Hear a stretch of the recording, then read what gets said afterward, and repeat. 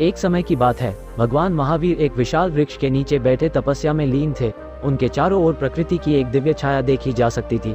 तभी अचानक एक चरवाहा अपनी 4-5 गायों को लेकर वहां पहुंचा। गायों को हरी भरी घास खाने के लिए मिली और सभी गाय घास खाने में मगन हो गई। चरवाहे को नजदीक के गांव में कुछ काम था। उसने सोचा क्यों ना, जब तक गाय चर रही है मैं गांव में अपना काम कर लूं। तभी उसने आसपास देखा तो पाया कि महावीर ध्यान में बैठे हुए हैं। उस चरवाहे ने भगवान महावीर को पहचान लिया और हाथ जोड़कर कहा, प्रभु मेरे गायों पर नजर रखना, मैं गांव से जल्दी लौट कर आता हूँ।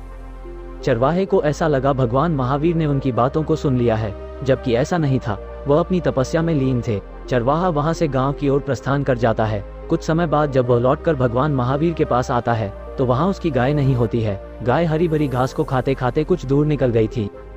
चरवाहे ने भगवान महावीर से पूछा, मेरी गाय कहाँ है, कृपया कर मुझे बताइए। इस पर कोई उत्तर न मिलने से वह बहुत ही निराश हुआ। आसपास उसने अपने गाय को ढूंढा लेकिन नहीं मिली। थक हार कर वह भगवान महावीर के पास लौट आया और उनसे विनय करने लगा, किंतु भगवान महावीर अपने कठिन साधना में लीन थे। उन्होंने कोई उत्तर नहीं दिया।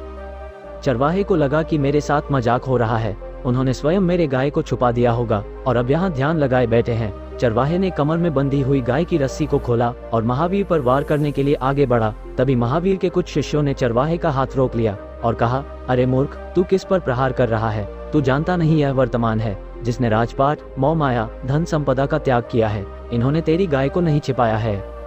चरवाहा मौन रह जाता है। कुछ देर बाद गाय चारा खाकर चरवाहे के पास लौट आती है। चरवाहे को अपनी गलती का एहसास होता है और वह चरवाहा भगवान महावीर से क्षमा मांगता है और वहां से अपनी गाय को लेकर चला जाता है। भगवान महावीर तब भी अपनी तपस्या में लीन रहते हैं। दोस्तों, हमें कोई भी काम जल्दबाजी में नहीं करना चाहिए। जब तक उस चीज का हमें पता ना चले तब तक हमें किसी पर दोष नहीं लगाना चाहिए। किसी के ऊपर क्रोध में आकर किसी के ऊपर प्रहार या लड़ाई झगड़ा नहीं करना चाहिए और अपने क्रोध को हमेशा काबू में रखना चाहिए।